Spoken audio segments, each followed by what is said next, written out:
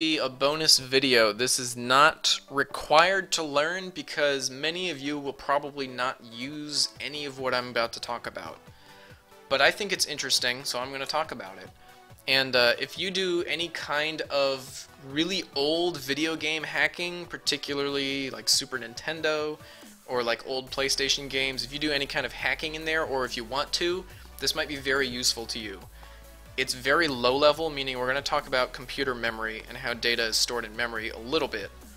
But we're going to talk about bit masks and bit math.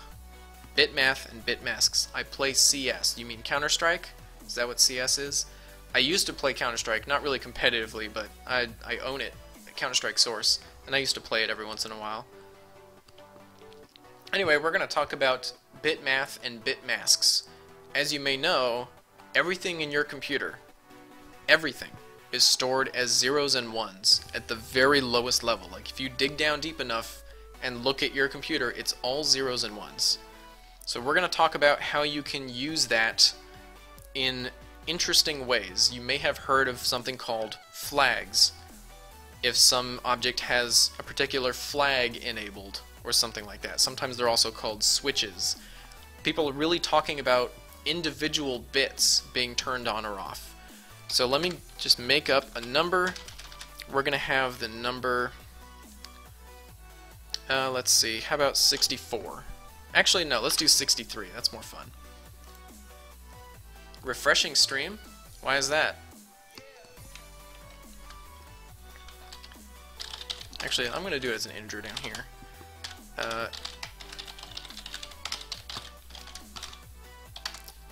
So I'm going to have an integer called int representation. You might guess what's coming up. It equals 63. Okay? I'm going to write this as a byte. Byte representation equals... I think I know this. Hold on. I used to... It's not 100. Did I? Wait, hold on. Oh my god, I just lost like my memory. Hold on. 16 times 1, 2, 3, 4, so 33F. I believe it's 3F. Agar is back. I believe these are the same. Let me get my calculator and cheat. Calculator has a programmer mode which lets you do exactly this. So I want to convert 63 to hexadecimal 3F. I was right. Alright, cool. We'll leave that up just for now. So these are exactly the same. Integer or base 10 63 is the same as hexadecimal 3F. Here are the digits of hexadecimal. 0, 1, 2, 3, 4, 5, 6, 7, 8, 9, A, B, C, D, E, F. Oops, too many. So as you may notice, there are 16 characters here. That's where the word hexadecimal comes from. Hexadecimal is Latin for 10, 6. Hexa is 6 and deca is 10. This is a base 16 math numbering system. Okay, and the reason this is used in computers is because everything is zeros and ones, and the only numbers you can store in a finite amount of bits, in a finite amount of zeros and ones, the only numbers you can store are powers of 2. I'm going to show you what 63 looks like in binary. Let's see if I can do it the first time without failing. This is the number 0. The best programming class in the multiverse. Oh, I'm so flattered. Ricky Jojo, you are the man. Alright, 63, let's see. The way this works is, first let me explain base 10. I'm not going to do this number yet, I'll do it in a little bit. I'm going to explain base 10. So here comes base 10. Let's make up a number. How about 749? 749. This is our number we're going to talk about. And I'm going to split it like this. All the way on the right, this number right here, this 9, this is the... I'm going to need a really long comment. Let me do it this way. I'm going to put that down here. There we go. It's a little messy, but that's fine. The number all the way on the right is the ones column. You probably learned this in kindergarten, right? Pretty easy stuff. The next digit to the left is the next significant digit. I was about to say bit, but that would be wrong. It's the next significant digit, which is the tens. I'm not making anything, I'm just talking about bit math. Is it weird that Ricky Jojo watches my stream while he takes a bath? It would be weird. Actually, it's more weird now that I have read it aloud for the internet to know about. You're welcome. And then the next column over is the hundreds. I'll just leave it at hundred. This is the hundreds column. So every time we go left a digit, we go up by a power of 10. So another way to write 749 is 7 times 100 plus 4 times 10 plus 9 times 1. This may seem pretty basic, but it's very important to understand how the other mathematical ways work. In binary, I'm gonna leave this. Actually, maybe I can line it. Oh, I can line it up. Great, awesome. So this is base 10. Let me make another. Base 10. So every digit that you go left is an extra power of 10. Okay? When you have binary, every digit you go left is an extra power of 2, because there's two values, 0 and 1. So now I'm going to write this comment that I was going to write. So this is the ones column. If it's going to be 0 or 1. If it's 0, the value is 0. If it's 1, the value is 1. Pretty basic. The next column is the twos column, because the next power of 2 up from 1 is 2. So this number, if it's a 1, you add 2 to the number. Remember, in base 10, we're adding 4 times 10, but in base 2, we're adding whatever this digit is times 2. And the next digit over is the next power of 2, which is 4, and the one to its left is 8, and the one to its left is 16, which I can't write in this comment because I didn't leave myself enough space. Maybe if I do this. This is going to probably give me an error. Yeah, of course. So this is going to be 16. I'm going to need even more spaces. Alright, I'm going to undo everything I just did. That was a mistake. I'll just write it like this. So this is the ones column. This is the 2s, 4s, 8s, 16s, 32, 64, 128. Okay? So if you add a 1 to this one, all the way on the left, we're adding 128 to the number. Just like if we add something to the hundreds column in base 10, we're just adding 100 to the number. Okay? It's that simple. So 63, I know a tiny bit of Python. Not a lot, so you probably shouldn't ask me very many Python questions. I know a little bit. So we're going to make the number 63 in binary, and here's the algorithm we use to do that. So this bit represents the number 32. If this is a 1, we're adding 32. The one on the left of it is 64. Now, our number 63 is not as big as 64, so we know we're not going to give a 1 to the 64 column, but we're probably going to give a 1 to the 32 column. Maybe I'll put another comment down here. I'll put it above, actually.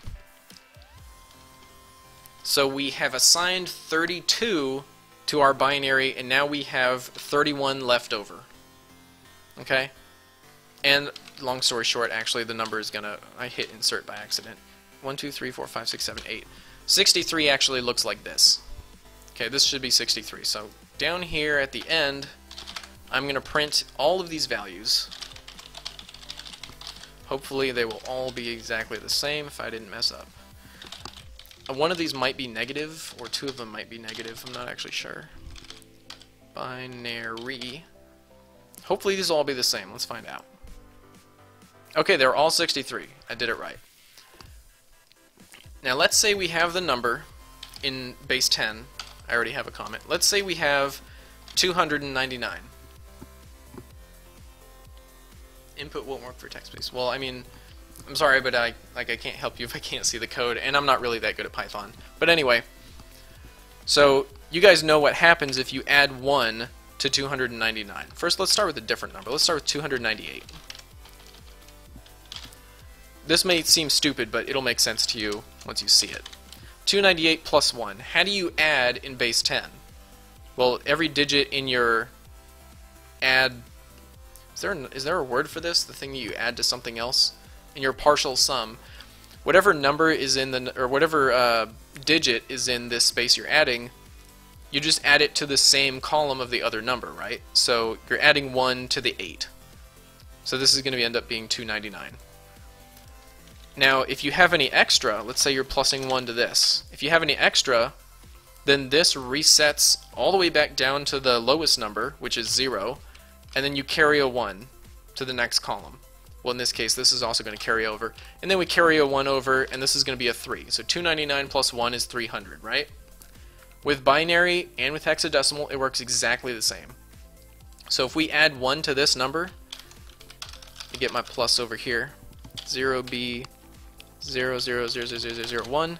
If we add 1 to this this 63 that we have here, we're going to get 0b 00. I'm going to write the original number here. Okay, we're going to add 1 to this column all the way on the left. We can't go to 2 because it's binary, so we're just going to go to 0 and we're going to carry a 1. Then this is going to become 0 and we're going to carry a 1. And this is going to become 0, and you get the idea. So this will be a 0, this will be a 0, and we get a 1 all the way over here. This happens to be 64, because 63 plus 1 is 64. Now there's an easy way, well, once you get used to it, I guess, there's an easy way, let me get rid of all this garbage. There's an easy way to kind of represent bytes in your head. This is kind of long, this is binary though. A byte equals 8 bits. I don't remember what half a byte is called. There is a name for it, but nobody calls it by that. What's it called? I don't remember what it's called. Half a byte, or actually one digit of hex equals 4 bits. Okay? So here's what one digit of hex looks like. Let's say we have 3F. Maybe I'll write... No, I'll keep it like that. So 3 and F. How do you write F in binary? 1111. It's the max value. How do you write 3 in binary? 0011. And you'll notice that that's exactly the same thing as up here. So that's a 31. Why did I 3F? 1. I'm just going to split these up so you see. That's a 3. So these 4 digits represent these 4 digits represent the 3 part of hexadecimal, and this represents the F part of hexadecimal. So every 4 bits, every 4 zeros and ones, is a single hexadecimal digit. One of these guys from 0 to F. Okay? I could list them all, but basically it's pretty easy to just count them out and do the math yourself. Now hopefully that was all clear enough that you understand what binary and hexadecimal are and what they look like. Does anybody not understand hexadecimal or binary to this point? I'll wait a few seconds. It's exactly the same as decimal math that we do in everyday life. If you have a number and you're adding a number to it, you're just adding the digits and you're carrying the extra values to the next column. It's exactly the same in binary. It's exactly the same in hex. You're just working, instead of 10 digits, you either have 2 digits in binary's case, or you have 16 in the case of hexadecimal. Okay, nobody is expressing any doubt. Maybe a little bit of doubt, but hopefully you guys follow. So remember, 4 bits is 1 hexadecimal digit. One of these guys from 0 to F. It's 4 bits. Okay? That's what you got to know for now. And we're not really going to talk about hex. We're going to talk mostly about binary. I'm going to put these numbers back together. So this is 63. Maybe I'll leave these comments there. Split this up. So anybody joining late will be able to see my beautiful pictures. Okay, so what we're going to do is I'm going to teach you about bit masks, which, like I said, are not super important. Most people who do software engineering will probably never use it. But some people will use it a lot. It's one of those things. You either don't use it or you use it a lot. Particularly if you're going to hack old games, you'll be using this a lot. So I'm going to make another int, binary mask equals 0b. I'm going to write it actually on the same line as this thing.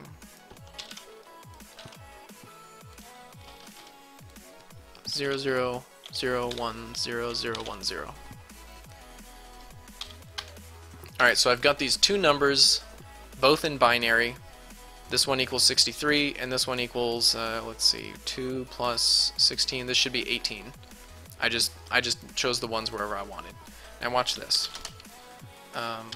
Binary and equals binary representation, and this is not a double and like you'd do in a logical statement. Binary mask. And we're going to print out binary and. You're going to be confused, but only temporarily. We get 18. So I've taken this number and I've ANDed it with this number. I'll explain that in a second. We got 18, which is just this number. Now let's make this number a lot bigger. Let's add 64 to it. So now we have 64 plus 18, which is 82. 82. This should be 82. Let me make sure that's right. Comment this one out for now, so it's a surprise. 82. Okay. Long day at work. Wasn't sure of myself. So this number is 82. Let me actually just, that was 63. This is 82. I'm going to explain what the AND does, don't you worry. This is not a logical AND. Okay? I'm just going to print out this. I'm going to print out this thing, and we'll see what it is. Also 18. So it's like this one didn't make a difference. Either way, if this is 0, we get an 18. And if this is a 1, we get an 18. Here's what the binary AND is doing. For each digit in both numbers, it's going to give a 1 if both of those numbers have a 1 in it. For each column, okay? For each bit. So let's start all the way on the right. All the way on the right, we have a 1 and a 0. They're not both 1, so that's going to be 0. The next one over, they're both 1, so it's going to be 1. We're just checking if both are 1. That's what the single AND does. So that's going to be 0 because they're different. Those are different. Those are both 1. And these are not both 1, and these are not both 1. So this is the number we end up with, which is 18. That's what the AND does. You're just comparing, you're getting which bits in both numbers are both 1. That's what the single AND does. This is called a bitwise AND because it ANDs them bitwise. Clever name, right? There's a similar operand called bitwise OR. You might guess what this does. So this is bitwise AND, which is that character. Line that up. And we've got, I will explain why you do this. The bitwise OR is a single pipe. Oops. Come on. I'll put an extra space. The bitwise OR, whoops. The bitwise OR is going to do exactly the other way. It's going to return a 1 if either of them have a 1 in that space. So that one does, that one does, and that one does. And these all have 1s, and then the last digit, both are 0, so we're going to end up with this. So this value was 18, and this value is, I don't actually know what that value is. Let's see. It's going to be 1 less than this, which it's going to be 127. Don't ask how I knew that. It's just, I'm used to seeing this. So we're going to print out binary AND. Let's do the binary OR. Whoops. Binary OR. I'm just going to copy this because I'm lazy. So we're going to see the binary AND, which is 18, and the OR is 127. So the AND, remember the AND, we're only checking if both bits in both numbers are 1. In the binary OR, we're checking if either bit in the number is 1. Here's why you want to do this. In a lot of old computer systems, number wizard. In a lot of old computer systems, they didn't have a lot of memory. Okay, if you just, if you make 100 different booleans, which are just true or false values, it takes up a lot of space. Okay, an easier way to do it, if you're limited on memory, remember this is for old computer systems like decades ago.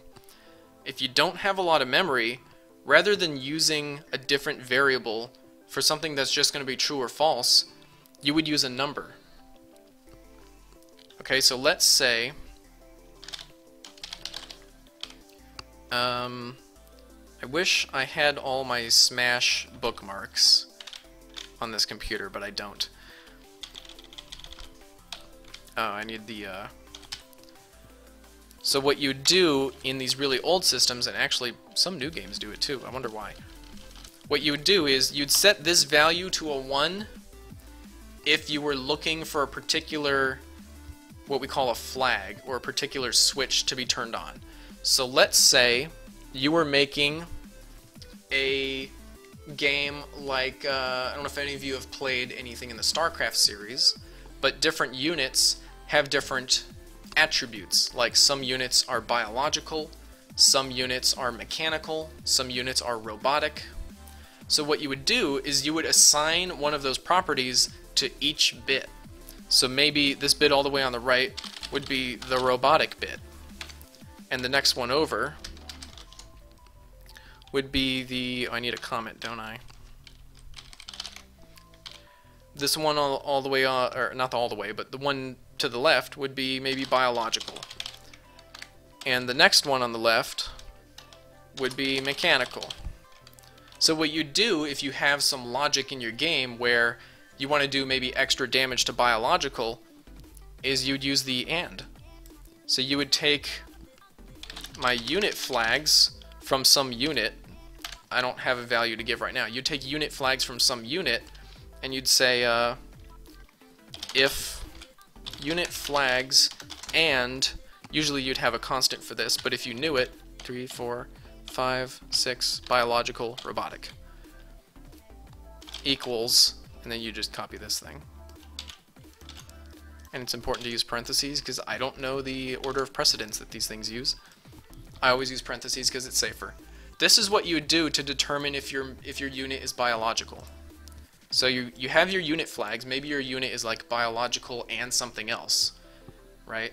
If you're an SCV, for example, you're biological and mechanical. But you only care if it's biological. No. The single AND is the bitwise AND, the thing we're doing up here, where we're comparing, or we're asking which bits are 1 in both numbers. That's the single AND. The double AND is a logical AND. So what we're doing here is we're asking, does the unit flags, this variable here, does unit flags have a 1 in this position? That's what this is asking, the single AND. Does unit flags have a 1 in this position? Another way, what you would actually do is you do something like this. Oops.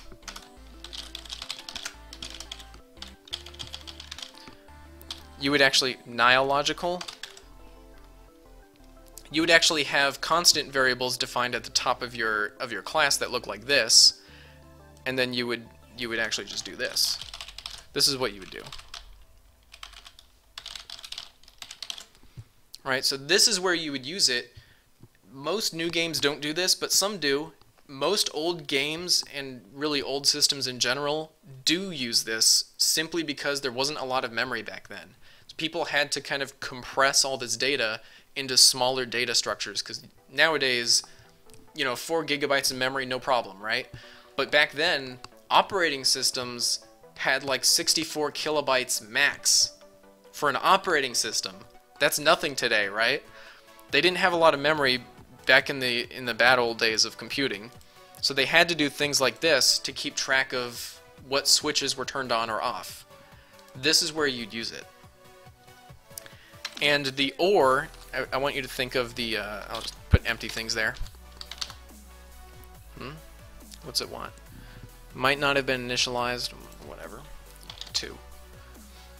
Actually, if we're in SCV, we're gonna be 5, because SCVs. Oh, these all got robotics over there.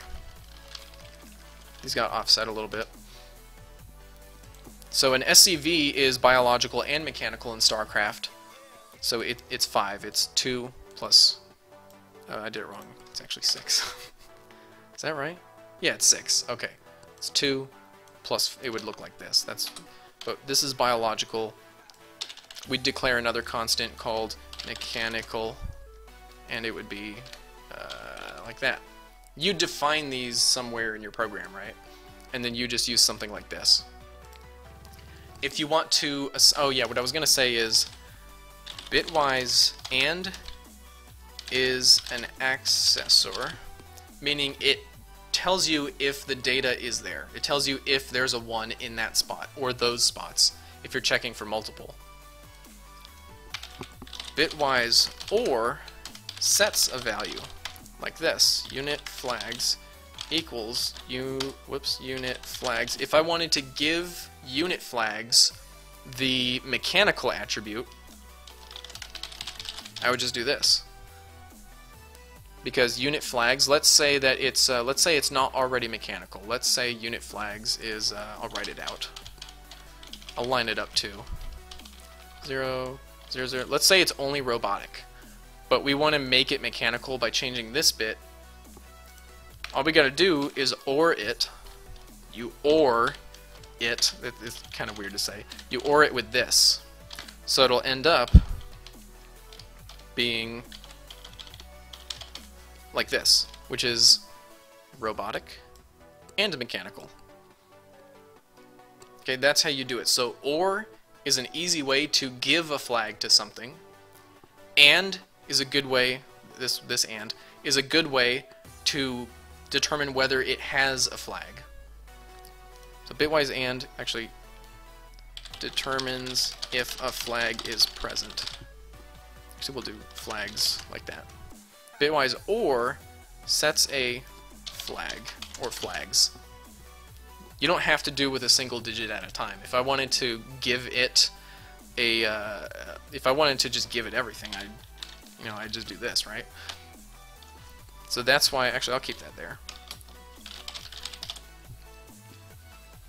Like I said, this is kind of bonus content. I don't know about most. A lot of software engineers will not use this.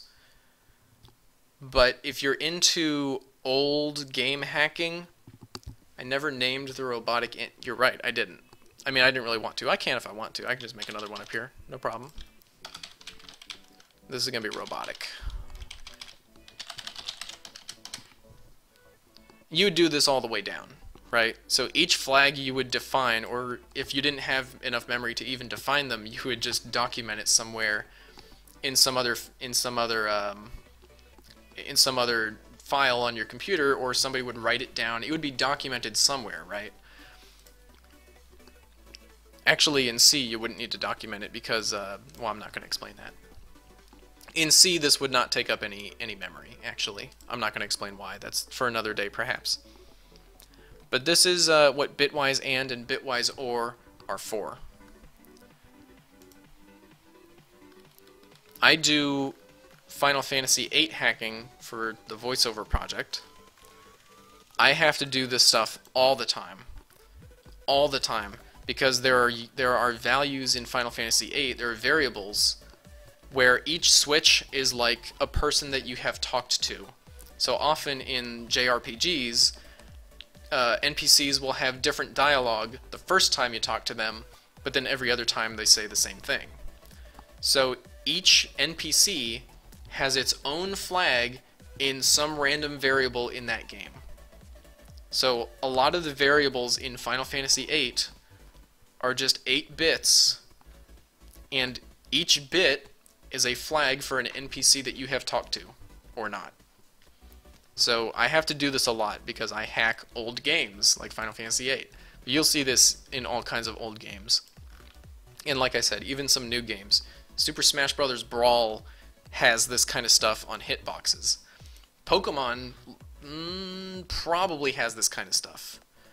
I have not actually hacked Pokemon myself. I mean, I've used like Game Shark, but I've not gone into the code of the game. But I would assume that yes, they probably have things like this. I don't know where they would have it. They'd probably actually have it for the NPCs that you've talked to, and they probably have flags for all of the trainers that you've beat, like exploring around. You know, trainers will, if you walk in their line of sight, they'll right, and it'll make the music. Flags probably control whether they will approach you or not. So after you beat them, it turns the flag off, or maybe it turns it on. Depends how they programmed it. But yeah, if you're doing any kind of hacking, it's like this. GameShark was the best. Not many people believed that I caught my 6 shiny Mewtwo's just legitimately. People just don't understand. Anyway, that's really all I wanted to talk about. Is I think that bit manipulation like this, even though a lot of people probably won't use it, it's still pretty cool.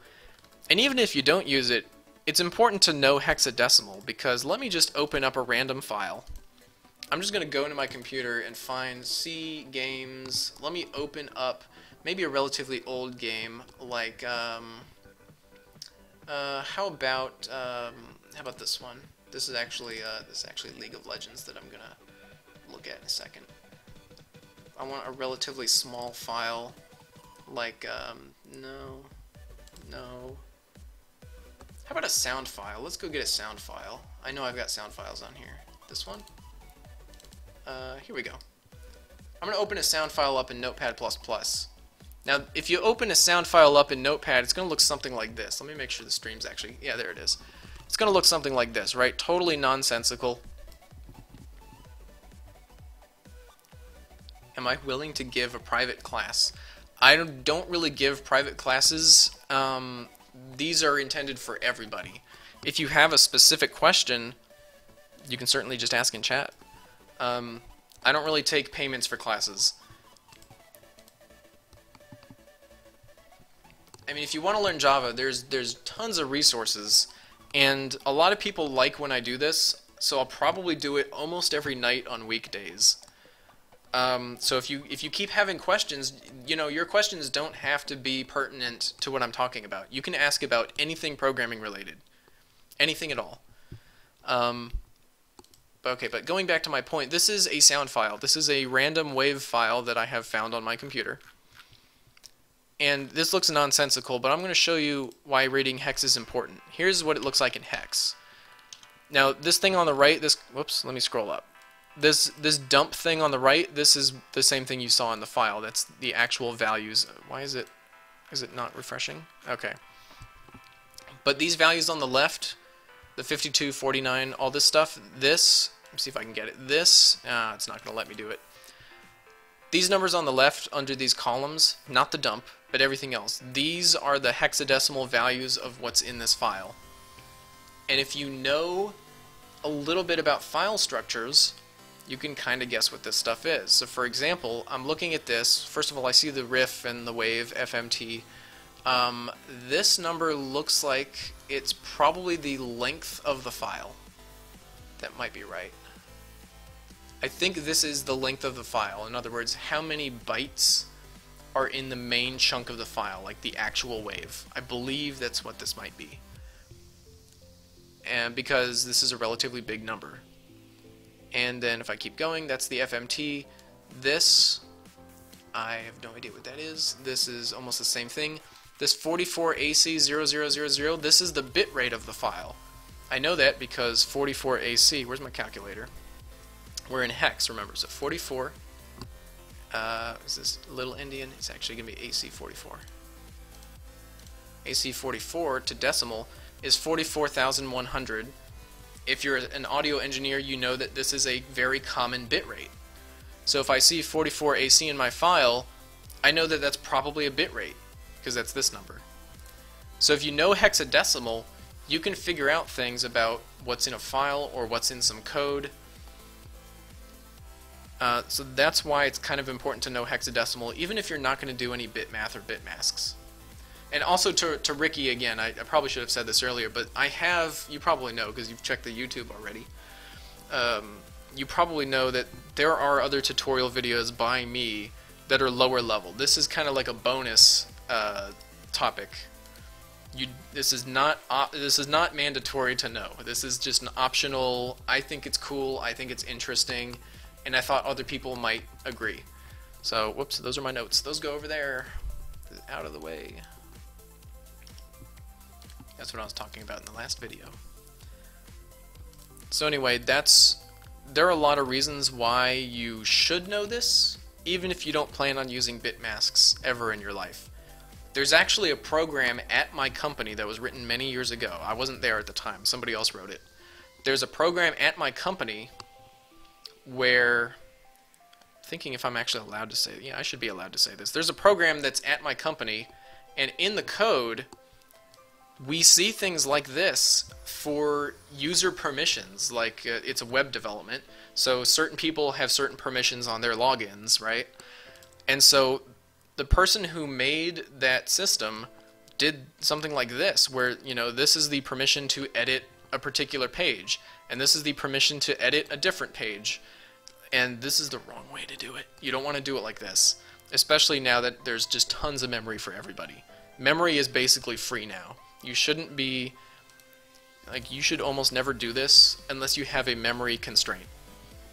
And if you're hacking old games, you have a memory constraint. That's all that I had for this little bonus thing. Does anybody have any questions or anything to say? And remember, if you have questions trying to learn Java, I encourage you to watch my other videos, watch other people's videos. There are a lot of good Java videos on YouTube, even for beginners. But if you have specific questions, come and ask me, you know. And I don't often post on my Twitter, but I do check it. So if you tweet a question at me, I will either answer it in the tweet if I can, if I can fit it in that character limit, or I'll mention it in one of my videos, one of my future videos. And my Twitter is below the channel. It's twitter.com/ShardPhoenix. I don't actually know what my Twitter is. I think it's, I'm not going to check it on stream. I think it's ShardPhoenix, at ShardPhoenix, like with an F. It should be, yeah, let me just go to my Twitch. Not that one, this one, that one. It didn't load. Sound effect fail. Come on, you can do it, you can do it. There we go. Yeah, at ShardPhoenix, right here. I'll zoom in so everybody can see the glory of, I can't scroll right. What? Okay, here it is. It's down here. Oh god, the chat is zoomed in too. Oh crap, now I'm listening to myself. So ShardPhoenix on YouTube, ShardPhoenix on Twitter, in the links below or possibly to the right of your screen, depending on your resolution. Yeah, okay, so remember, if you have any questions, tweet them at me or ask in a video. And hopefully you guys will keep learning. Let me get back to my normal zoom. No, don't go there. And then my chat got messed up when I zoomed in. Alright, yeah, so that's all I had, and nobody seems to have any more questions. But thanks you guys, especially Ricky. I'm glad you're learning to program. Even though programmers are kind of common, I'm not going to show my friend's Skype on stream. That'd be pretty embarrassing. Oh, I have like, oh no, wait, hold on, wait, I have to do this. This is so cool, wait. I know like this is not like super high tech. Oh, I just wanted to do this. I couldn't resist. I apologize. But yeah, so like I said, that's all I had for this video. I'm glad you guys are interested in this kind of stuff. And like I said, I'll try to do these videos almost every day. I can't guarantee I'll do it every day because I actually have to think of content, or you know, at least plan some notes. And right now I just don't have any idea what to talk about after this. So this will probably be my last video for tonight. But thanks for watching, and I hope to see you guys again. Have a good night. I know some of you are in Europe. Have a good morning if you're in Europe. But otherwise, have a good night if you're in most of the rest of the world.